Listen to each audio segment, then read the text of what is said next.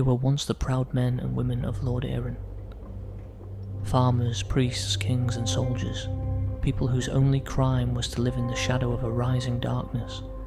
Death should have been the end of their story. Instead, it was only the beginning. From the plague that devoured Lordaeron to the fall of Sylvanas Windrunner, from the Scourge's control to their bitter split from the Lich King, these cursed souls carved out their own identity. They became the Forsaken, neither living nor Scourge, but something else entirely. This is the complete history of the Forsaken, their origin, their connection to the Lich King, and their uneasy place within the Horde. The tale of the Forsaken begins with the birth of the Scourge. When the Burning Legion sought to weaken Azeroth, Kil'jaeden bound the spirit of the Orc shaman Ner'zhul into a suit of armour, sealing it within the frozen throne of Northrend. Thus was born the first Lich King. From this icy prison, Ner'zhul spread a plague of undeath, a curse that did not merely kill, but enslaved. Corpses rose from their graves, minds shackled to his will. Necromancers raised skeletons and zombies in droves. Horrific abominations patrolled the land. Death Knights, forged from fallen champions, became his generals. Among his first servants was Kel'Thuzad, a powerful human mage of Dalaran, who betrayed the Kirin Tor and gave himself fully to the Lich King's design. He founded the Cult of the Damned, spreading the plague through Lordaeron and preparing the world for invasion. This was the Scourge, not merely an army, but a disease, spreading death, raising the fallen, and swelling its numbers with every battle. Into this darkness stepped Arthas Menethil, Crown Prince of Lordaeron. Once noble and beloved, Arthas became desperate to stop the plague from consuming his kingdom. In Stratholme, he made his infamous choice to kill his own citizens before they could rise as undead. This act of desperation was only the beginning of his fall. Chasing the Dreadlord Mal'Ganis to Northrend, Arthas sought a weapon strong enough to save his people. He found it in Frostmourne, the cursed runeblade whispered of in legend. But Frostmourne was a trap.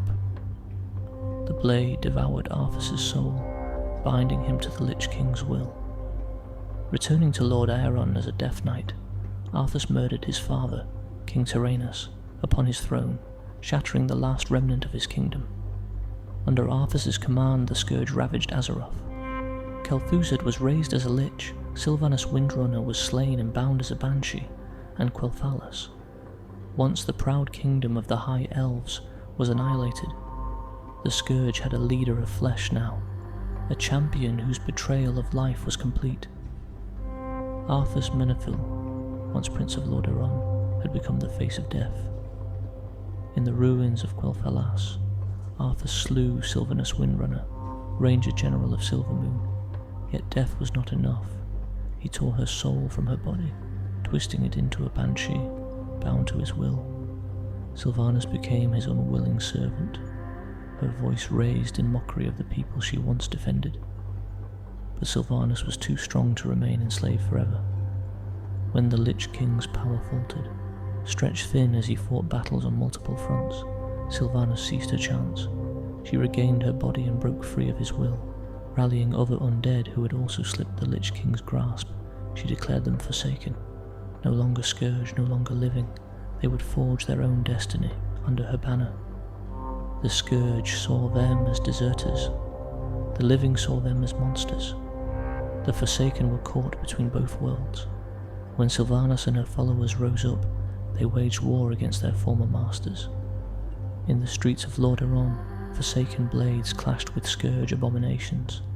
Necromancers and Banshees who still served the Lich King were hunted down. But the Forsaken did not fight alone. Sylvanas bent captured Dreadlords to her will, most famously Varimathras, whom she spared only on the condition of his loyalty. With cunning and brutality, she secured allies from the Legion's ranks and turned them against the Scourge. This bloody divorce gave the Forsaken their identity. They were undead, but they were not mindless. They were not Scourge. They were Forsaken. Having claimed their independence, Sylvanas and her people needed a home. They took the ruined capital of Lordaeron and made its underbelly their sanctuary. Beneath the shattered throne room, the twisting catacombs became their city, the Undercity. Here they built a new society. Alchemists and apothecaries brewed plagues, creating the Royal Apothecary Society. Dark rangers stalked the shadows, loyal to Sylvanas' command. Warlocks and necromancers twisted their magic in secret laboratories. The Undercity was not a place of light or beauty, it was a fortress of defiance, a reminder that even in death they had claimed something that was their own. But survival demanded more than walls. The Forsaken were despised by the Alliance and hunted by the Scourge. Alone, they would be crushed. Sylvanas reached out to Thrall, war chief of the Horde. Thrall, once a slave himself, understood the plight of outcasts. He saw in the Forsaken a people who had been chained and broken, but who now fought for survival. The Forsaken brought the Horde more than numbers. They gave it a foothold in the Eastern Kingdoms, mastery of shadow and alchemy, and spies who could walk unnoticed in lands where orcs and trolls would stand out. Yet distrust lingered. The Tauren viewed the Forsaken with sorrow, the trolls with suspicion. Only the Blood Elves, themselves scarred by betrayal and ruin, would later find true kinship with them. And so, the Forsaken joined the Horde, not as brothers, but as allies of convenience. Their banners flew together, but always with tension, always with questions of loyalty. The Forsaken embody contradiction. They are born of the Scourge, yet they despise the Lich King. They seek freedom, yet they rely on dark magics that enslave others. They are victims of tragedy, yet capable of cruelty equal to their enemies. Their story is written in betrayal, survival, and vengeance. And though they pledge themselves to the Horde, their true loyalty has always been to Sylvanas, and to themselves.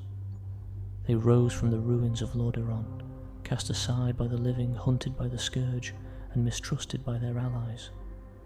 Yet they endure. The Forsaken are not just undead. They are a people, broken, cursed, but unyielding, and as long as they march beneath their dark banners, the memory of Lordaeron's fall will haunt Azeroth forever.